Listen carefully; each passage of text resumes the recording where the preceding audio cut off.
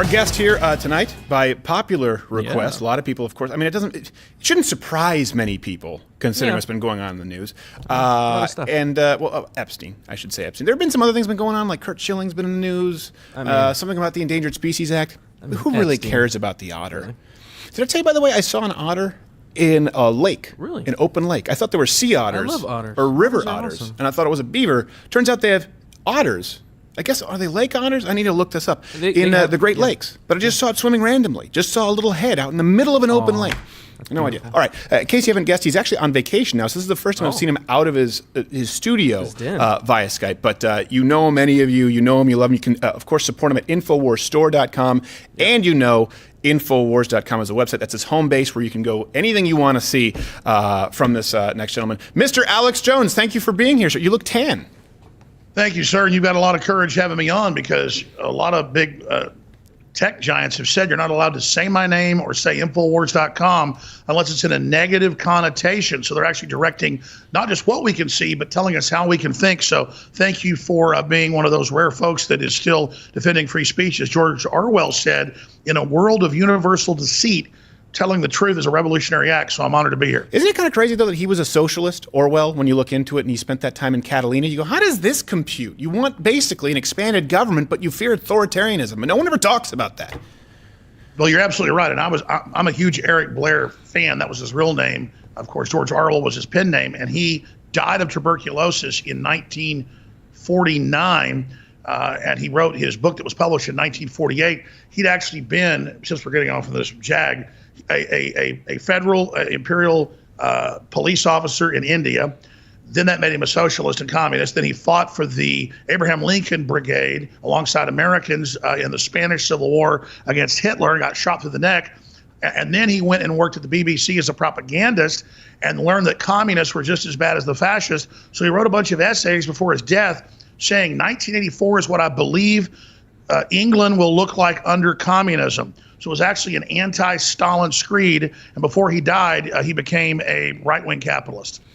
See, I didn't know that. Now, I knew that he hated communism, but he still considered himself a socialist. And a lot of people point to the, they say anarcho-syndicate socialism in Catalina, which I think Catalina lasted from 36 to 39, and I think they got taken over by the Russians. He was a Fabian socialist, but then he got on the inside of it and found out it was just as bad, and so really began to change his views. But, I mean, you're right. Right up until the end, he was conflicted, but he began to become more of a right-winger. Well, it's just interesting to me, because even then, like before the end, he obviously still wrote sort of anti-authoritarian content. But during that time, he still identified as a socialist. And I know there really isn't an option in Europe, kind of like I talk about this in Quebec. We have liberals and liberal separatists. We didn't have a conservative party or an option. So sometimes I wonder if it's a little bit skewed when we look back through history and their choices were, well, exactly. socialism. In fact, he wrote about that. Everyone was different flavors of communists and socialists. And so that was kind of the waters in which he swam. But he was a smart enough guy to realize that both sides of it were really, really bad. It's kind of like Hemingway, for whom the bell tolls. He was a socialist, but then he writes in there about how bad the communists were in that fiction book that was actually based on some real things that he'd experienced. But I have digressed here. I think we're here. What about Epstein? No, we have a ton to talk about. But first off, I want to say, I don't know that that's true about anyone mentioned, because you were on one of the Change My Minds. We ran some of that, and we've had you on since. Yeah. And I don't think YouTube is banned. I mean, maybe we're just fortunate, but obviously I know that they've been after you, and you've been public enemy #1 with them, but we don't really care. I mean, we care for you, but we don't really care what they do. It's Facebook. It's Facebook that's been doing the total blackout. And sure, they let me get on Joe Rogan. He talked to YouTube before. They said fine, because you're big enough, you're respected enough. But a lot of the smaller shows and things that I've gone on have gotten strikes because they don't have a big enough name. Take the guy that uploaded the video of Chris Cuomo blowing up in New York. Well, they took his video down till there was an outcry. They put the video back up. So I think it's because you've got enough clout and a big fan base that supports you that you're still here, my friend. I mean, as you know, they've been working around the clock to take you off. Yes, I do. I don't know about clout or respect. Fan base I appreciate, but I'm certainly not respected in the halls of Google. They've made that no secret. Before we get into, I want to talk about Epstein, because obviously this seems, like we said, well, we want to get Mr. Jones on.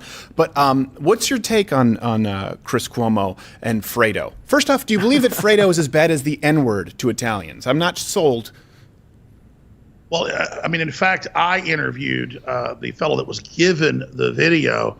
It's called That's the Point, with Brandon, and he was given the video by a very wealthy individual, very wealthy family. It turns out is Italian, and just called the guy Fredo because everybody knows that Chris Cuomo is a chump.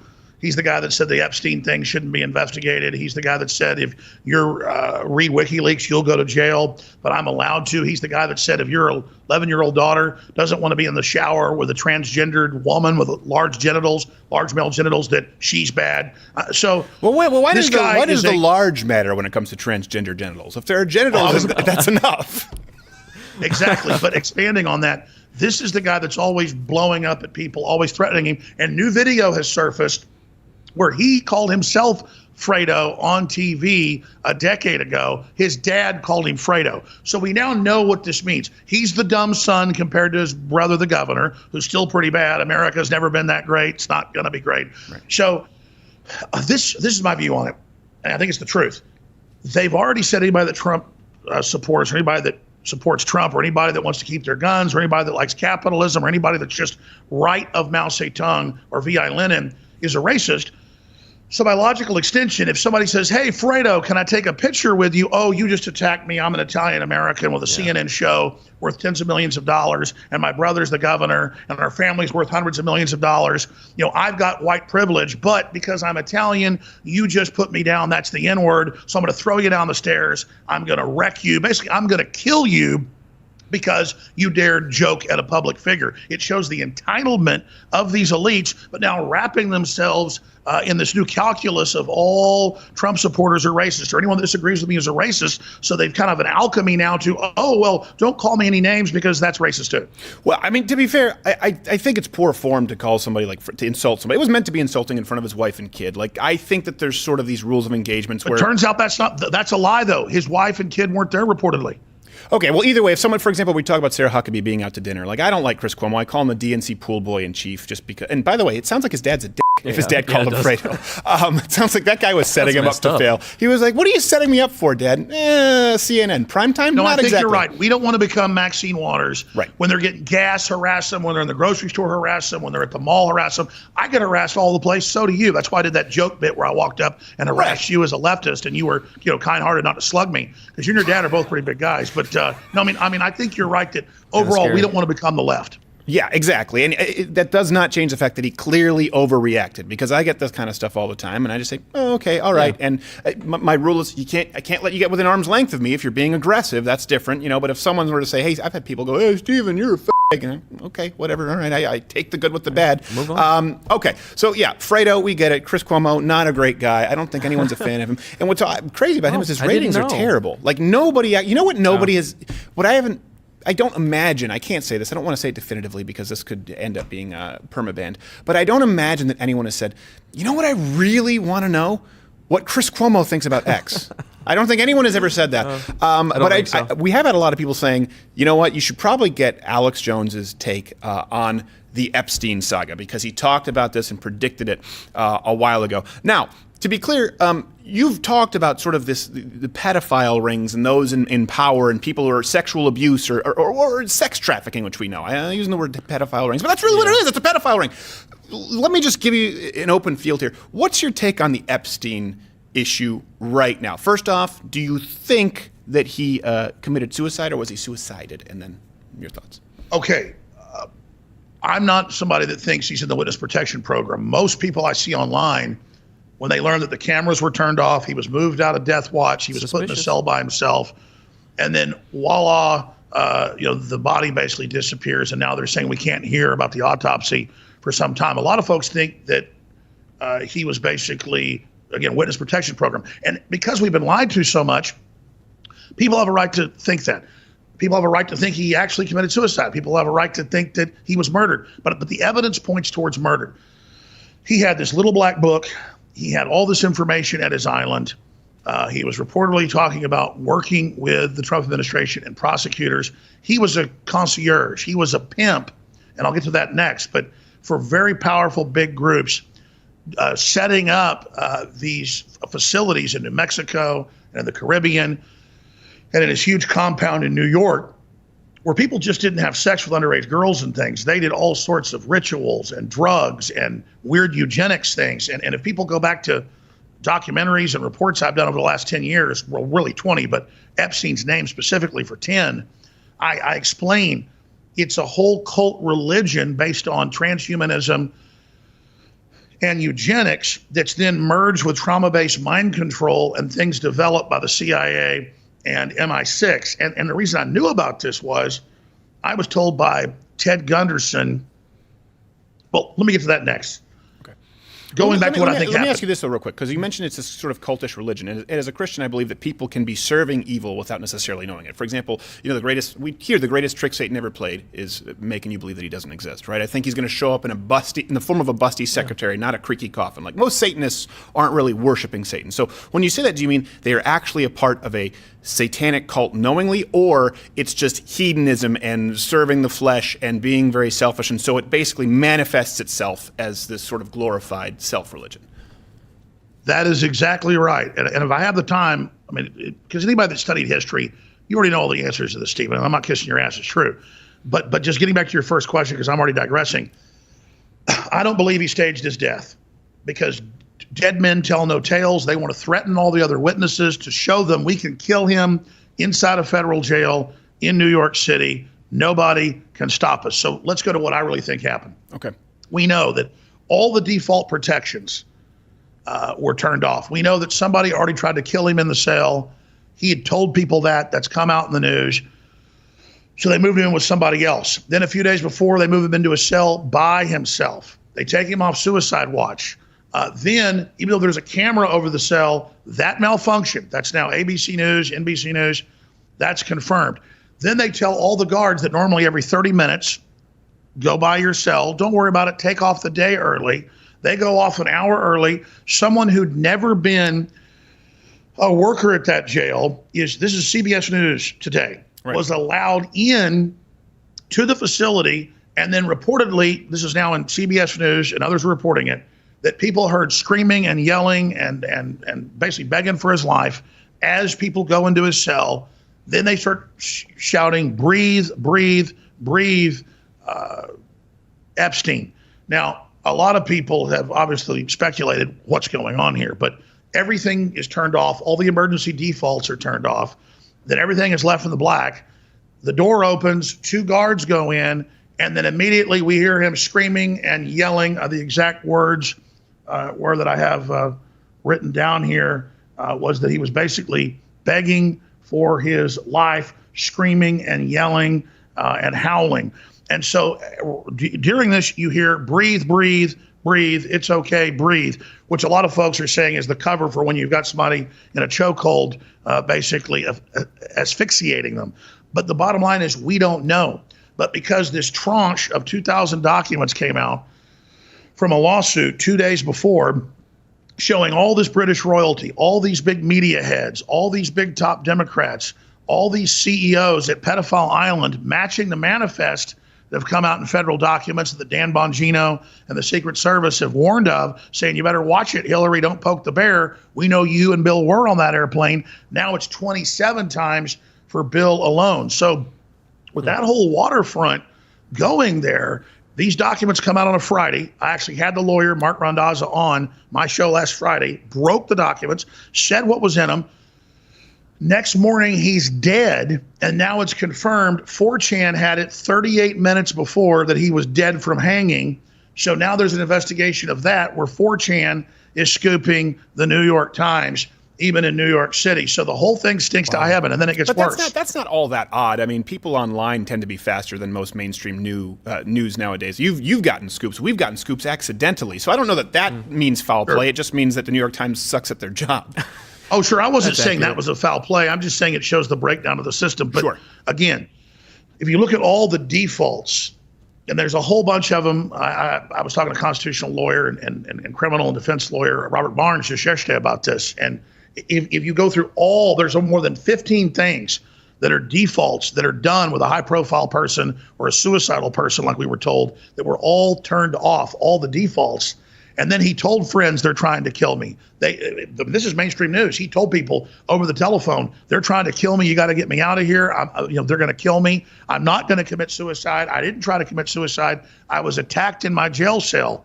And so now he's dead. Now, regardless, it gets worse, Stephen, and jump in any time, but there's just so much I do here. have a question, because this is one thing. First off, I've not heard all the things that you're discussing. We've talked about sort of the 5 irrefutable facts yesterday, and we uploaded it to YouTube. And yes, of course, documents released Friday, dead on a Saturday. Pedophile Island, the guy got off. If you look at the overtime that was paid from some of these guards at his first stint in prison, it was paid by Epstein himself. Like there's a paper trail here that is really bad. That being said, one thing I have not been able to find, and someone can correct, you probably know this, was he in solitary confinement?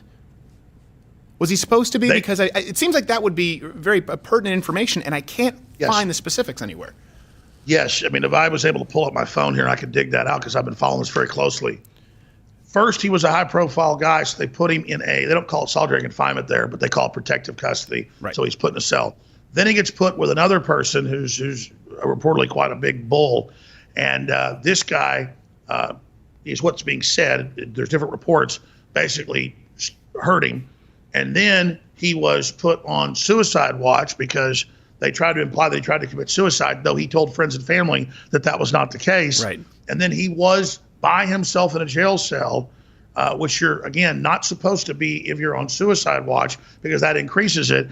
But then they took him out of the suicide watch area and put him into another cell by himself. And so we're not sure if he had the regular covers and things that are actually made where you could hang yourself, when the people on suicide watch have the type that are like paper where you can't kill yourself. Right. Hey, and I think something that's very relevant is, listen, intent really matters here, and it would be interesting to see how much information we have regarding Epstein. Was his sentiment there? Was he enthusiastic about bringing other people down in this ring, saying, "Listen, I'm going to burn this whole ship down with me," or was he a guy who seemed as though he was hopeless, defeated, and wanted to check out? Because if it's the former, the guy wouldn't commit suicide if you placed a razor blade in his cell because he has a mission to accomplish. If it's the latter, it's totally reasonable, and everything that I've read seems to insinuate that he wasn't looking to kill himself, but I understand that a lot of that is conjecture. Well, what friends and family have said in a bunch of news articles, it's actual quotes, but the media lies so much, you're right. Who knows what's true? It is kind of conjecture in the fake news era of the mainstream media. Right. But they said that he was looking forward to things. He was settling into life. He was happy. And then they spun that and said, oh, well, he fooled him to put him in an area where he could kill himself. But the information from CBS News and others that, no, the camera was turned off and that the jail guards go in. One of the jail guards had never worked there before. And then they heard howling and screaming and begging and them saying, breathe, Jeffrey Epstein, breathe. You can breathe. Come on. The whole thing is just over the top bizarre. But here's what's even crazier. It's confirmed that in the last few weeks, all these people pulled boats up to the little pedophile island and that they flew the drones around his house and got video of all these Apple computers and hard drives and things in the windows and shots of binoculars and printers and, because people, when they're doing computer work, want to look out on the ocean like I'm doing right now. Days before the FBI raided it a few days ago, all of that got pulled because people were droning it every day. Mm-hmm. So 3 days before the FBI raids, someone goes in and pulls all the computers and equipment that can be seen through the windows out of the house. So who knew the FBI was coming and who did that? That is another huge area that needs to be investigated. Wow, that is pretty. Now, is there like a before and after picture that people can see?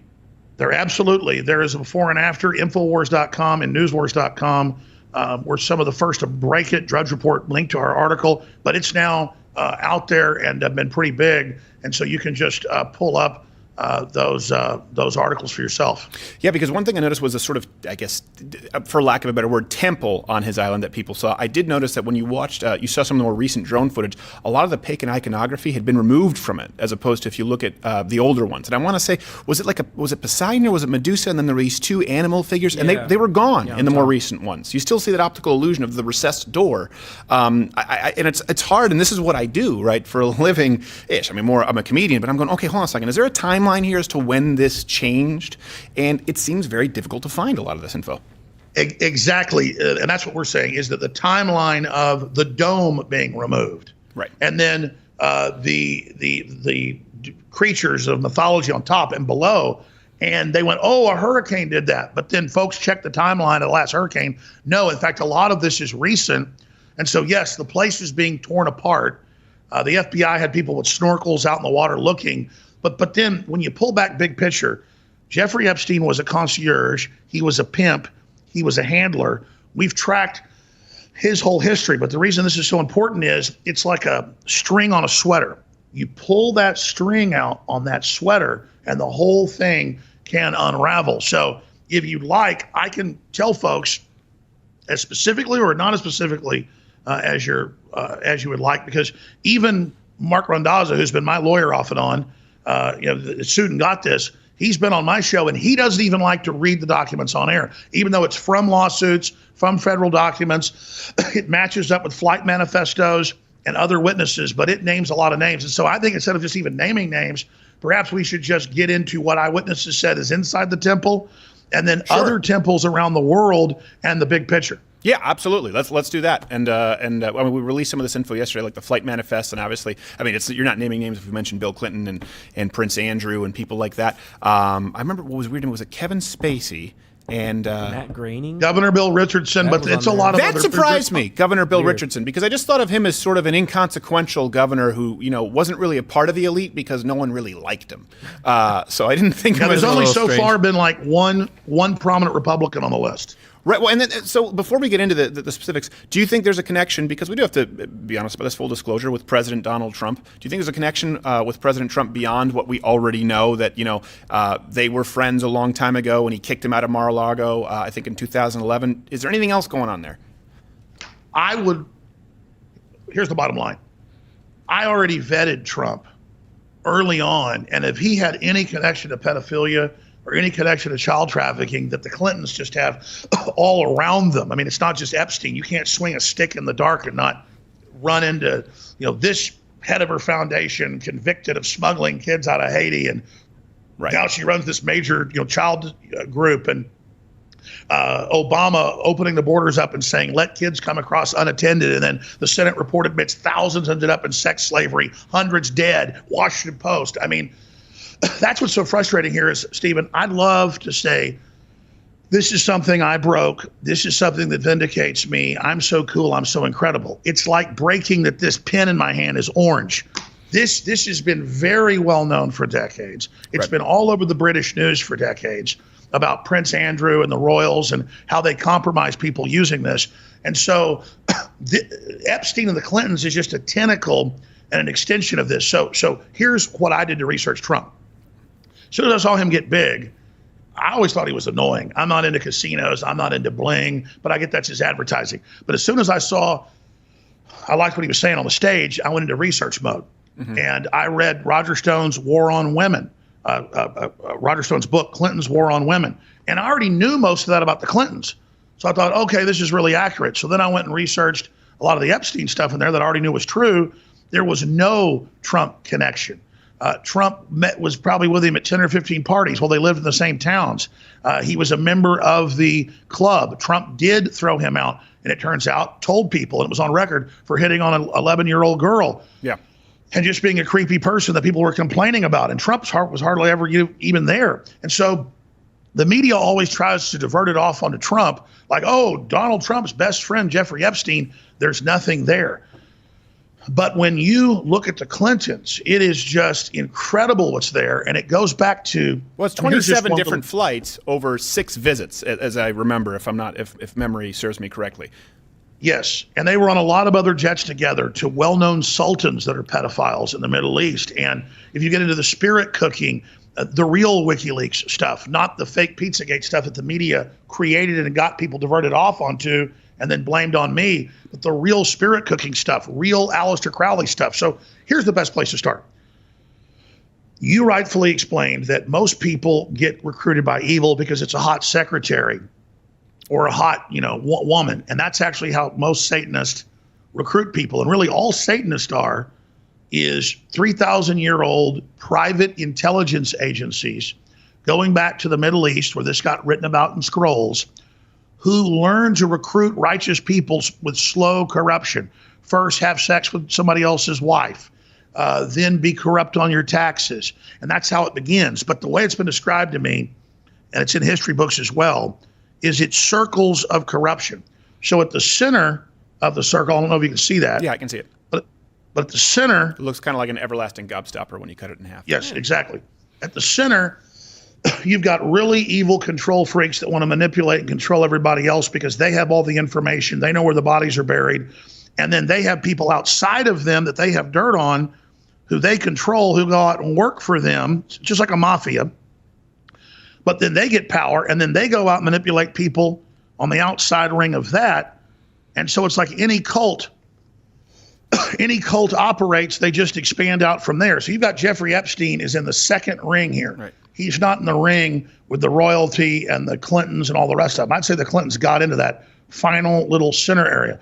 And you've got all the minions out here that kind of know what's going on, but they just turned a blind eye to kids. They turned a blind eye to cocaine being shipped in, blah, blah, blah. But you see, just like the Mexican mafia will make you go kill a liquor store owner or a rival member of the gang to be in their mafia, or the Crips will make you go kill somebody in the Bloods, or in La Cosa Nostra, you got to kill at least 3 or 4 people, and you've got to carry out a bunch of other crimes. So they have all the dirt on you so they can burn you anytime they want. Well, right. They found that people don't care if you've killed somebody or cheated on your wife the last 50 years.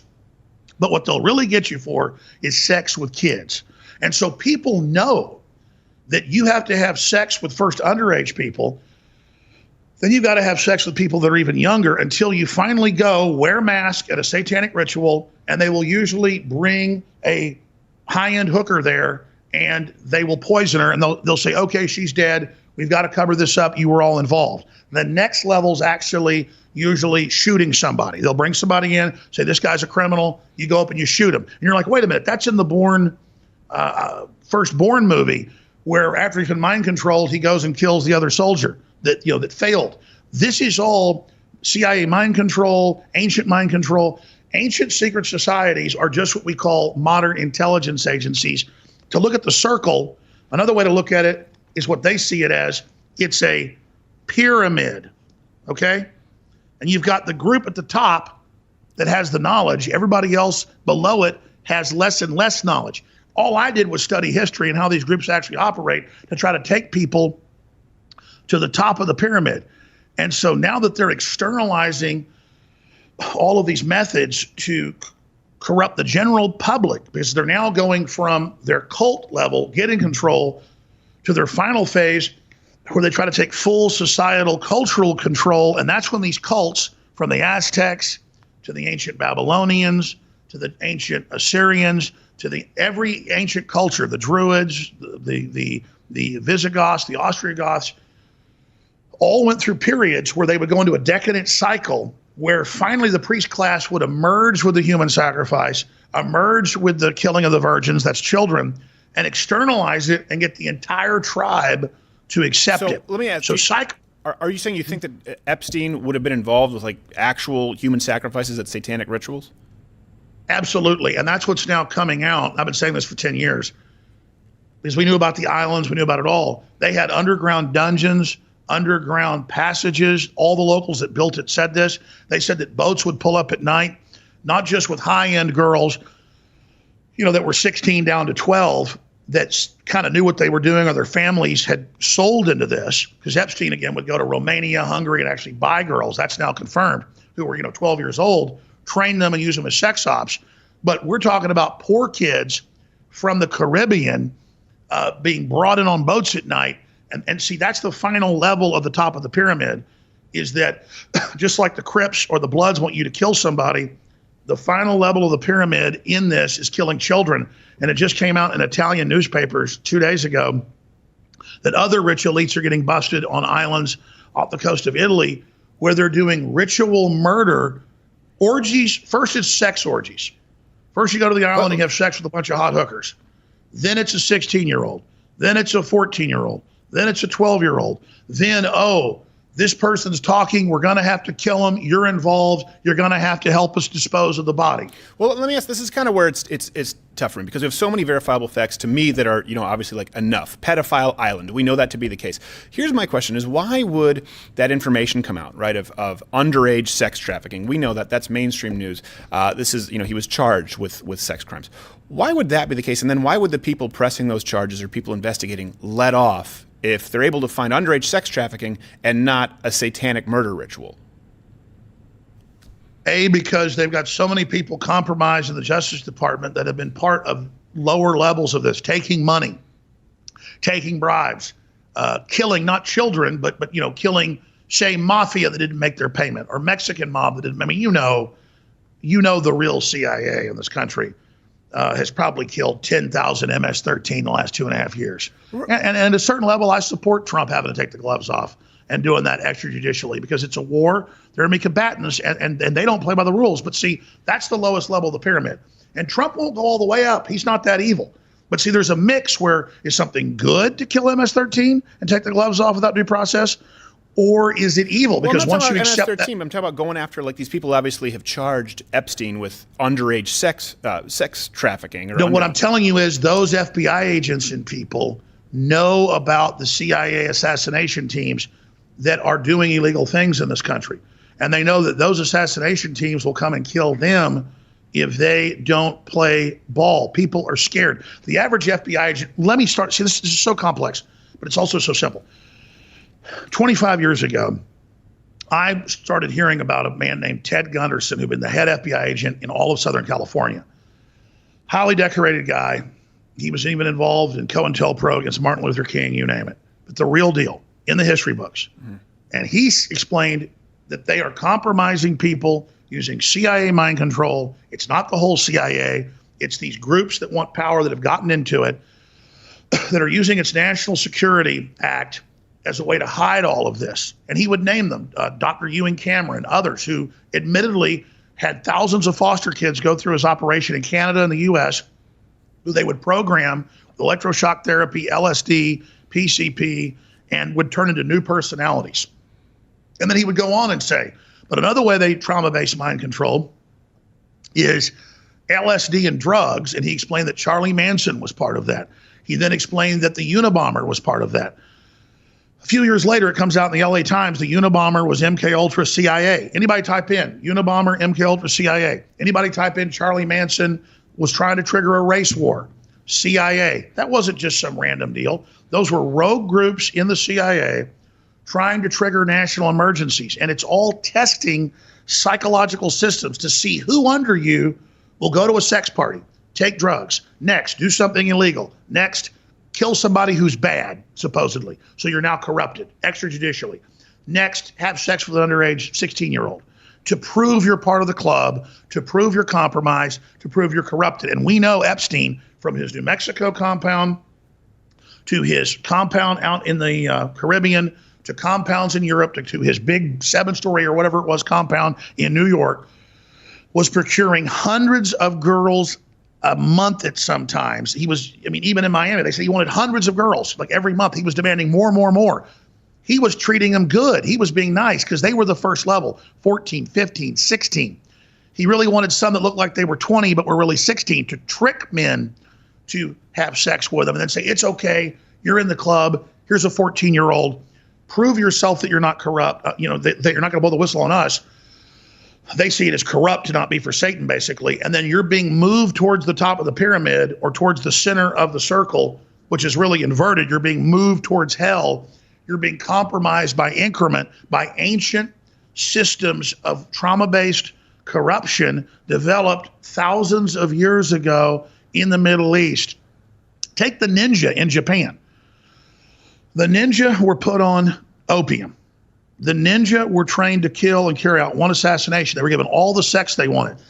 They were told they were gods, but they had to commit one assassination, and so that no one could know who ordered the hit, because it was always, a ninja was only used against like a high-level samurai or a shogun or a major leader. And the ninjas had almost 100% success rate, where they would sneak into a place at night, kill their target, and then take a short sword, seppuku, harikiri, drive it into the stomach at the lower left quadrant, drag it through the kidneys, into the liver, and then shove it all the way through the heart. And they were a real man if they could get it all the way up to their neck, up through. So imagine, you kill these people, fight, you're so mind controlled just with drugs and sex that you go and you commit this and then kill yourself. That's mind control with opium and sex. Take the Navy SEALs.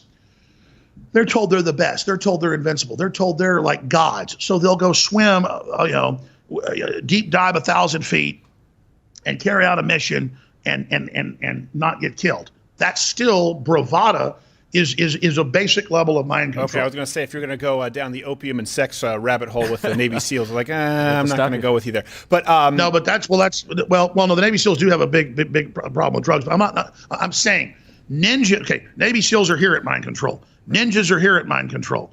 Gangs are programmed and told that, they're invincible, they're in a brotherhood. That's mind control. Right. Way up here is LSD and drug parties and sex with kids and killing kids and all of this to prove that you'll do absolutely anything, including torturing children. So we know Epstein was a procurer over the years of thousands of young girls to get powerful rich men into the first level of being compromised for a political system with the Clintons and British royalty and others right at the center of it. And I mean, we should make a documentary about it. You could spend 10 years on this, but this is the real way they compromise. This is the real way they control people. And then let's go further. If I have time. Only have about 5 minutes left. Sorry, because we've been going a while, but yes, continue. So we've talked about what's contemporarily happening now, the cover-ups going on, the media trying to block it. We've talked about my view of how this works in history. Anybody can look it up. The Bible says, don't sacrifice your kids to the fires of Moloch. The ancients all over the Middle East would throw their kids into fires. I mean, this all goes on in every human culture. Sounds insane, it's happening. But the globalists are using this to get power. What is their end game? If they want to get control, what is it they want to get control for? Well, I'm on record saying that Jeffrey Epstein is part of a cult that wants planetary control so that they can discover life extension technologies and then have a human cloning breeding program to create the human super race so that they simultaneously develop bodies that don't get cancer, just like sharks don't get cancer, so that silicon augmented systems can be interfaced with those bodies so that they could create clones at his base out in New Mexico so that their new electrochemical / silicon brains can be produced that DARPA's working on to be put into the bodies. And so that makes sense. That's the Bill Richardson connection, because he could very well use a new body. Listen, I made a film called Endgame 11 years ago that has all this in it. Right. I listed Epstein and all them. Every one of them is into this. Their religion is eugenics. Their religion is get a world government so we can steal all the technology of humanity, so we can take control, then have human depopulation, which Epstein also wanted. This is New York Times. Have a planetary government to carry out depopulation, organ harvesting from the public, using all of us as animals, supporting China taking organs. If they support China taking organs, and if you wanted 90+% population reduction, and that he was part of the that major Rockefeller-funded foundation that bears Albert Einstein's name, but Albert Einstein we don't think was involved. The Albert Einstein Institute, look into it. Oprah Winfrey, Bill and Melinda Gates, headline, world's elite meet in secret in New York to discuss world government, overpopulation. Can I pause ABC 1 second? News. I was there in Cancun when Ted Turner proposed China's one-child policy. I remember I was there and people were cheering it, and I was going, "What? Wait, hold on a second. He's proposing basically forced abortion here. He's talking about China's one-child policy at the Cancun Climate Summit. People can search that. But real quick, just for some people, we don't have a ton of time. I understand where you're going with this. Some people maybe aren't making the connection. So I want to make sure I understand all of this other stuff. Yeah, and people are saying, how does that relate to the sex island, the pedophilia? I think what you're saying is that blackmail, getting with people in power and getting them into these closer rings. I should have simplified it. That's a blackmail center. New Mexico's a blackmail center. And if you've got the governor of Virginia saying they're keeping babies alive after they're born to harvest their organs, they're killing them out in the open, my friend. Right. There's human-animal hybrids that have been around 25 years. It was in MIT. Now they're announcing it. Now they're announcing human-edited babies that have 5 parents. Those aren't humans. This is a post-human revolution. These people believe they're in contact with an off-world deity, Lucifer, who's giving them advanced technology to help build on Earth interdimensional gates for them to go to the next level. Now, I don't believe any of this. I've never seen any of it. But I knew 3-star generals that told me this before they died, a bunch of them. I knew high-level FBI agents that told me all of this, and I thought they were crazy. Then I went and did research and found it was all true. So, Stephen, I know it sounds crazy, but if people just pull back, that's why this is so dangerous, because this blackmail island, it should be called Blackmail Island, you're absolutely right, can bring the whole house of cards down. And I know it sounds crazy. I mean, but it's true. Whether Lucifer's real, we're Christian, we believe it. Right. but they believe he's God. Whether they're really getting advanced technology from him or not, I don't know. They believe it's skull and bones. They believe in these rituals in the Illuminati, that they channel off-world deities that they call gods and goddesses that give them advanced knowledge. And Sir Francis Galton, 170 years ago, had hallucinations with his cousin Darwin. Darwin, if you read deeper, said he got the theory of species and all of this stuff from hallucinations that spirits gave him. So these are interdimensional communications they believe they're getting, and they've inbred, these elites have, again, as Epstein was into with these elites, to be able to channel their DNA because they believe some are able to communicate with the aliens better than others. So final question. We do have to get going. Final question here. What do you think happened to Epstein? Do you think the Clintons had something to do with it? Or do you think it could be anybody in that list, in that Rolodex? I mean, again, here's Epstein. Epstein is not at the highest level. He's up here at the next highest level. The Clintons are going into the highest level. That entire high level group, the British royalty, the CEOs, all of them stood to lose a lot when he was going to get prosecuted. So, of course, they had the means, they had the motive, they have the history. And so the fact that it's happened again is something everybody needs to look into. But this is very big. It's scaring the power structure. And the good news is Trump's getting ready to take action against censorship. So I just really appreciate you and your viewers. InfoWars is still alive and well. We do our own videos, our own audio, our own platform. We have newswars.com. And I just want to thank you for having the courage to have me on, Steve. I know this sounds crazy, but it's really the truth, my friend. It's what they believe, at least, and they're trying to carry out this crazy plan. Yeah, no, I listen, I don't necessarily agree with everything that you're saying, but it would be amazing to me that people would think that this is more dangerous for people to hear than half the crap we hear in news today, including Russiagate. So, all right, Mr. Jones, thank you very much, Alex Jones, Infowars.com, and of course, Infowars store is where people can go and support you and see everything that you're doing. Thank you so much. Go back and enjoy your vacation. Have a mimosa on the beach, sir.